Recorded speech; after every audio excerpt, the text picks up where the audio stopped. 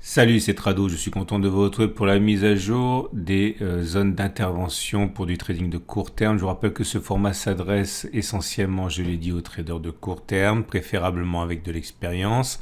Si vous n'avez pas d'expérience, si vous ne savez pas trader à court terme, eh bien ma méthode peut vous aider à trouver des zones d'intervention. Si vous avez de l'expérience, vous pouvez comparer vos zones d'intervention aux miennes et on commence par le CAC 40 qui est actuellement sur une zone de support, une zone de support H4, 72,0, 71,40, mais également qui correspond à un support journalier ici, les 72,00, 70,80, c'est la zone qui a amorti la chute depuis mai. En tout cas, ceux qui veulent acheter ici ont la possibilité de le faire de deux manières. Soit effectivement, on peut attendre un signal et on mettra un stop de protection en dessous des plus bas. Soit simplement on achète dans la zone orange par exemple ou bleu en mettant un stop de protection en dehors de la zone qui a été choisie comme zone de support. Ceux qui veulent spéculer à la baisse peuvent le faire dans la zone orange. Ici, on a une résistance journalière. J'ai mis support par erreur. Et cette zone de résistance peut jouer effectivement un rôle de frein à la hausse. Il y a une autre zone de résistance, mais celle-ci elle est plutôt en données 4 heures à 74,00, 73,80. Donc soit vous attendez un signal baissier, vous mettez un stop de protection au-dessus des plus hauts avant le signal baissier, soit encore une fois vous spéculez à la baisse dans la zone orange, là avec un stop de protection au-dessus de la zone. Ça dépend si vous voulez attendre un signal ou pas pour spéculer. Et en tout cas, je vais vous montrer comment on peut mettre les stops de protection en utilisant la manière la plus connue, qui est l'utilisation de l'ATR. Donc regardez ici, je mets l'average true range. Si vous n'avez pas d'ATR, eh bien précipitez-vous pour changer de courtier ou de plateforme. C'est très important d'avoir l'ATR, ça s'appelle donc average true range, c'est là, et c'est un indicateur qui repose sur la volatilité. Donc en prenant simplement à titre d'exemple, un stop de protection qui serait mis en dessous des plus bas, 71,28. Donc on peut par exemple prendre la valeur qui est actuellement à, imaginons que vous rentriez, allez on va essayer de prendre un chiffre rond à 72,00. On va prendre un peu plus bas, on va prendre à 71,50 pour un chiffre rond. Donc si vous prenez un stop de protection à 71,50 et que vous prenez un stop de protection à 1 ATR, donc vous devez enlever la valeur de l'ATR au moment où vous rentrerez à l'achat. Imaginons que ce soit comme maintenant à 31, donc vous enlevez 31 à 71,50, ça vous donne un stop de protection à 71,19. Ça veut dire que votre stop de protection serait précisément mis ici. Je vais le mettre 71,19. C'est là. Vous pouvez éventuellement prendre un stop de protection à 2 ATR, donc au lieu d'enlever 31, vous enlevez encore 31, donc en tout vous enlevez 62, donc on enlève encore 31, ça fait un stop de protection à 70,88. 70,88, ça veut dire que votre stop de protection, il serait mis ici. Ok. Alors maintenant, si vous voulez trader en utilisant les Turbo 24, voilà comment on peut faire. La première des choses, c'est de faire apparaître les niveaux de knockout sur le graphique. C'est beaucoup plus simple. Donc je fais ici afficher les niveaux de knockout. Les niveaux de knockout, ça veut dire les niveaux à partir duquel, si on les touche, eh bien votre Turbo 24 vaut 0. Il faut absolument que votre niveau de knockout soit derrière le stop de protection pour que vous soyez sorti par votre stop de protection et pas par le fait que le knockout vaudrait 0. Donc par exemple, celui-là est à 70,70 ici, un niveau de knockout qui est derrière les deux stops de protection, que vous preniez un stop de protection à 1 ATR ou 2 ATR, donc ça va. Donc on clique dessus, donc on veut un long. C'est celui-là qui nous intéresse, il faut les faire apparaître, voilà, ici, donc celui qui m'intéresse c'est 70,70, on a dit, donc on achètera si on atteint le niveau des 71,50, on a dit, donc on achète avec un seuil limite à 71,50, c'est ce qu'on a dit tout à l'heure. Ça veut dire que si votre Turbo 24 vaut 1,012, on copie ça sur le ticket d'ordre. Il reste plus qu'à choisir le nombre de Turbo 24 que vous voulez. On va pas commencer à 1000. Si on débute 10, c'est bien. Donc vous risquez en tout 10 euros, 10,12. Aperçu de l'ordre, voilà, ça veut dire que si les cours arrivent à 70 qui correspond, enfin non, c'est pour le niveau de knockout à 70, on achètera 10 Turbo 24 avec un prix qui correspond à 71,50. On place l'ordre et voilà, donc il n'y a plus qu'à attendre que les cours aillent chercher le niveau d'entrée. On a dit que c'était 71,50 et ça partirait dans le sens de l'achat. Maintenant, si on veut spéculer à la baisse, on a plusieurs façons de faire. Imaginons que l'on veuille rentrer, là encore j'ai dit au hasard, à 74,00, on va à 73,80, voilà ici. Donc si vous rentrez en spéculation à la baisse à 73,80 ici, si vous mettez un ATR, un stop de protection à 1 ATR, donc cette fois-ci il faut ajouter, puisqu'on veut que le stop de protection soit au-dessus, donc prenez votre calculatrice. Et vous prenez donc le point d'entrée, on a dit c'était 73,80. Vous ajoutez la valeur d'un ATR. On a dit que c'était 31. En imaginant que ce soit 31, ça fait un stop de protection à 74,11. Donc votre stop de protection serait précisément mis ici. Bon, 74,11. Ça, c'est pour un stop de protection à 1 ATR. On peut là aussi, bien sûr, ajouter encore 31 pour avoir un stop de protection à 2 ATR. On va prendre un ATR simplement ici. On fait apparaître les niveaux de knockout. C'est pour un short. Donc, on pourrait envisager de prendre pour un short ce niveau de knockout là, par exemple à 74,94.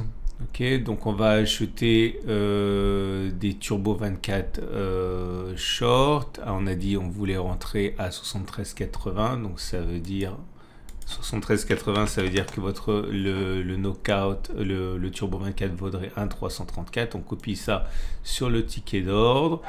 On en achète par exemple 10. Vous risquez en tout 13,34.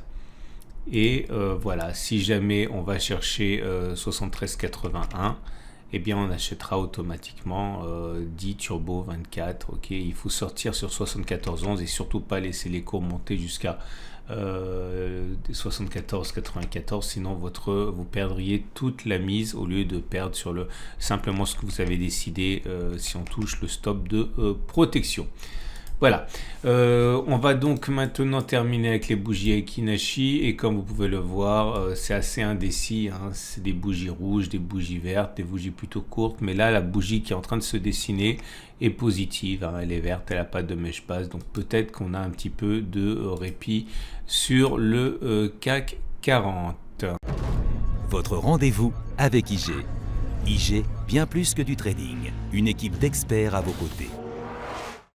On va passer maintenant aux autres marchés. Le DAX 40. Alors, on ne va pas refaire la méthodologie du stop de protection et l'utilisation des Turbo 24. On l'a fait une fois, vous avez sans doute compris. On va juste regarder la matrice elle-même.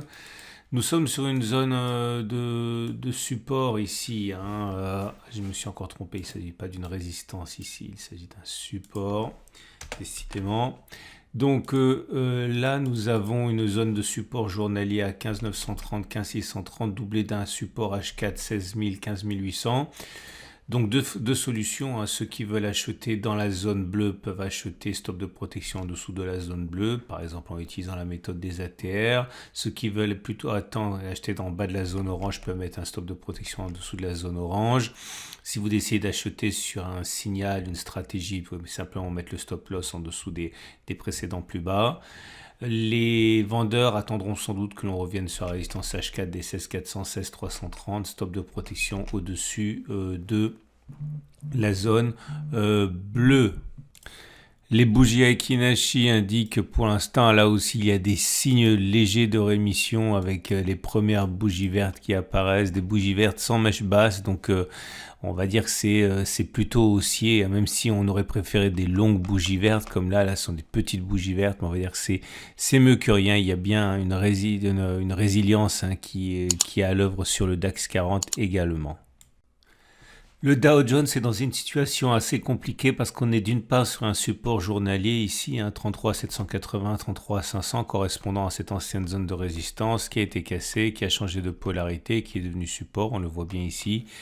Mais en même temps qu'il y a un support journalier, il y a une résistance H4 ici à 3450, 33800, donc c'est assez difficile à négocier parce qu'il y a une confrontation directe des acheteurs et des vendeurs rendant le trade beaucoup plus aléatoire. Ce qui me semble acquis par contre, c'est que il y aura des acheteurs sans doute en bas de cette zone orange avec un stop de protection en dessous de la zone orange et éventuellement des vendeurs en haut de la zone bleue avec un stop de protection au-dessus de la zone bleue et également toute cette zone ici de résistance weekly hebdomadaire est une zone de résistance pour ceux qui veulent tenter de saisir des signaux baissiers. Les bougies Aiki-Nashi sont là aussi, on va dire, encourageants. C'est vert, c'est pas très très grand comme bougie, mais ça reste quand même vert. Donc on va dire avantage au haussier pour l'instant pour le Dow Jones. Et voilà le Nasdaq, globalement dans une grande zone de résistance, la résistance journalière 15 280 1500, quasiment au contact des cours, et que dire de la résistance H4 des 15 075 000. Un petit support à 14 850, 14 800, très dangereux en fait, cette succession de supports et de résistance, parce que comme pour le Dow Jones, on est en pleine lessiveuse avec des ordres d'achat et des ordres de vente qui risquent de se télescoper. En tout cas, dans la zone orange et dans la zone bleue ici, il y aura des ordres vendeurs, stop de protection éventuellement, soit au-dessus des zones de résistance, soit juste au-dessus des plus hauts qui précèdent le signal de vente. Pour les acheteurs, on peut envisager des achats sur le support H4 14 850, 14 800, mais peut-être qu'il vaut mieux attendre le retour sur cette grande zone ici orange que j'ai oublié de préciser ici. Elle est comprise, cette résistance, ce support journalier est compris. Allez, on va le faire ensemble, là entre 14 650 et globalement avec 14 220. Il faut savoir que certains voudront acheter dans cette zone avec un stop de protection en dessous de la zone orange. Les bougies Aiki-Nashi, comme pour les autres marchés, montrent une légère émission avec des premières bougies vertes, mais modestes dans leur longueur. L'euro-dollar est dans une zone de résistance, la résistance HKD 1,0936, 1,0906. Certains décideront d'activer une vente sur ces niveaux avec un stop de protection au-dessus de la zone bleue.